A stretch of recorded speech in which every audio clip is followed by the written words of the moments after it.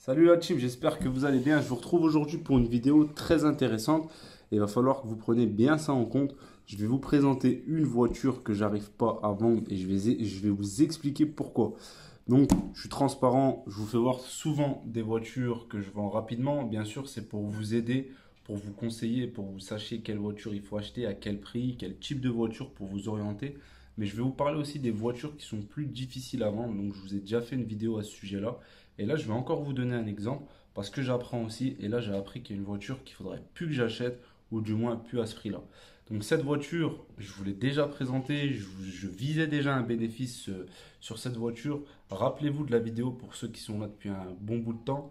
La vidéo sur la DS3, la Mégane 3 et la Citroën C4 Picasso. Donc un lot que j'avais acheté aux enchères. Donc je vous avais ramené avec moi sur le parc. Je vous invite à aller la voir si vous ne l'avez pas vue cette vidéo. Et en l'occurrence, cette voiture, c'est la C4 Picasso. Donc une C4 Picasso que j'avais acheté 4100 euros et que j'ai affiché au prix de 5490 euros. Donc véhicule vraiment propre. Je visais un gros bénéfice sur ce véhicule, mais je galère vraiment à le vendre. Donc j'avais fait une très bonne étude de prix, d'étude de marché sur ce véhicule-là qui a 103 000 km. Et c'est les prix du marché. Donc j'étais pas plus cher, j'étais pas moins cher. Sauf que voilà, ça fait 3 mois que j'ai cette voiture qui me dort dans les pattes. Je comprends pas. Pourtant, elle est vraiment propre. Les C4 Picasso, je vous en ai déjà présenté. C'est des voitures que je vends vraiment bien. Mais j'ai trouvé le bémol pour cette voiture. Voilà, c'est pour ça que je vais vous donner le conseil. Je vais vous expliquer de ne pas les acheter, pas à ce prix-là. Pourquoi? Quand vous allez faire votre étude de prix sur ces Citroën C4 Picasso phase 2, prenez bien ça en compte parce que c'est une phase 2, et bien vous allez voir qu'ils sont vraiment plus chers, qui se vendent vraiment beaucoup plus cher que les phases 1.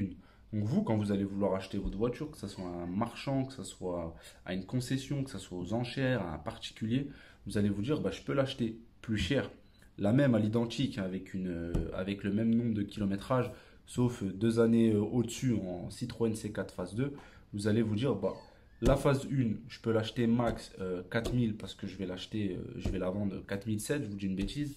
Mais avec ce kilométrage-là, bah, la phase 2, je vais pouvoir l'acheter 4005 parce que je vais pouvoir la revendre 5005. Erreur. Et ça, je ne le savais pas. Donc moi, c'est ce que j'avais fait. J'avais fait mon étude de marché et c'est vrai, quand on en fait une, même approfondie, les phases 2 se vendent plus cher que les phases 1. Beaucoup plus cher. Mais il est là le bémol, c'est qu'en fait, le problème, la phase 2, elle change quasiment rien, mis à part les feux arrière et les LED à l'avant du véhicule que je vais vous présenter, que je vais vous représenter, parce que je vous l'avais déjà présenté tout à l'heure. Mais en fait, le problème, c'est que la seule différence entre la phase 2 et la phase 1, ben, il n'y en a pas beaucoup de différence en fait. À part les petites LED qui changent vraiment légèrement la gueule du véhicule, il n'y a pas grand-chose qui change. Donc, cette grosse hausse de prix pour quelques années de différence, pour un si petit changement d'apparence, eh ben, elle n'en vaut pas la peine. Donc les gens, moi, mon véhicule en phase 2, il est coté à 5400 euros. Je parle pas d'Argus, hein, moi vous saurez qu'avec moi l'Argus c'est des conneries pour moi. Il y a une réalité entre l'Argus et la vraie vie, le terrain. Mais sur mon étude de marché de prix, voilà, je suis dans les prix, je suis pas plus cher, je suis pas moins cher. Sauf que le même véhicule avec 103 000 km comme le mien, sauf c'est une phase 1 et il n'a pas les LED à l'avant, bah, il est coté 700-800 euros moins cher. Donc les gens, moi je les comprends, qui se disent, je m'en tape des petites LED à l'avant, j'ai autant acheter une phase 1. Vous voyez ce que je veux dire?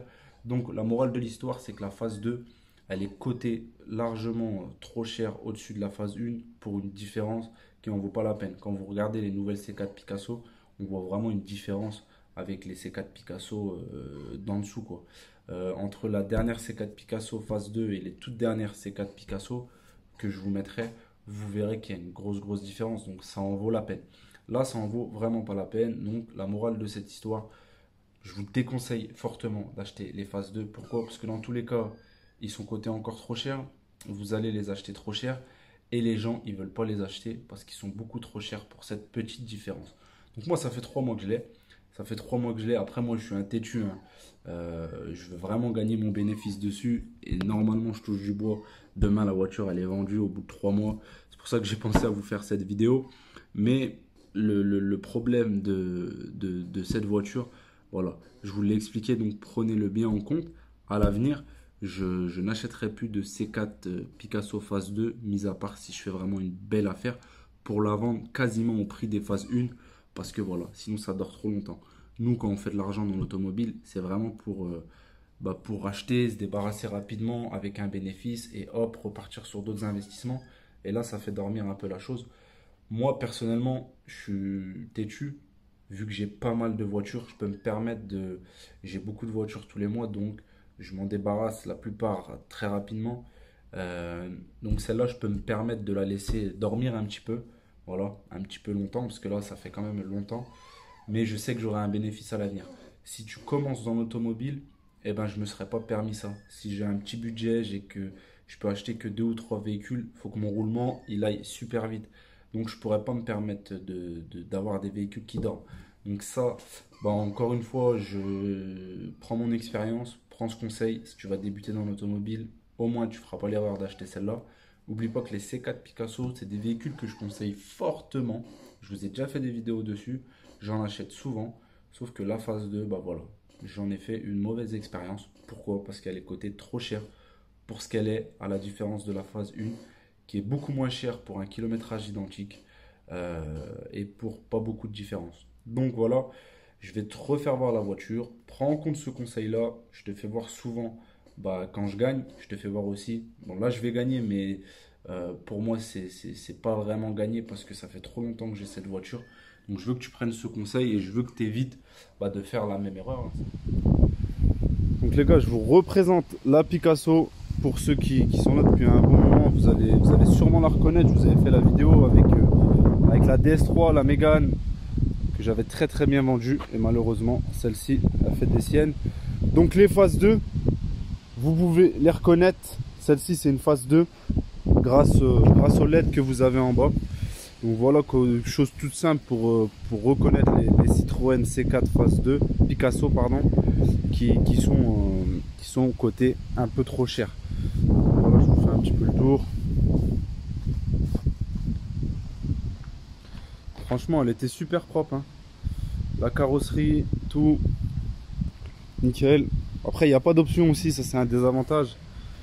Il n'y a pas d'option, il n'y a pas de radar de recul. Des feux à l'arrière.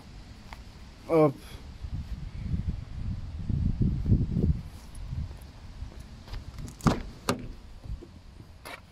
Et c'est une 5 places, c'est pas une grande Picasso, c'est pas une 7 places. Hop. Voilà. Donc voilà l'équipe, vous avez vu la voiture. Si tu veux apprendre à pas faire d'erreur, si tu veux apprendre à acheter les bons véhicules au bon prix, si tu veux être calé sur tout ce qui est formalité de société, fiscalité et tout ce qu'il faut savoir dans le business automobile, les fournisseurs, la totalité du business, ben, je t'invite à rejoindre la formation, une formation complète de plus de 5 heures où tu vas apprendre le métier entièrement et tu seras calé pour ce business et tu seras prêt à gagner tes premiers sous grâce à l'automobile. Ensuite, rejoindre le groupe Telegram qui est inclus avec la formation. N'oublie pas la formation, tu peux la payer en plusieurs fois. Et voilà, un vrai groupe Telegram d'entraide où tu as pas mal de gens, de participants qui ont déjà des grosses réussites dans l'automobile. Donc à toi de nous rejoindre et de faire pareil. Allez, ciao!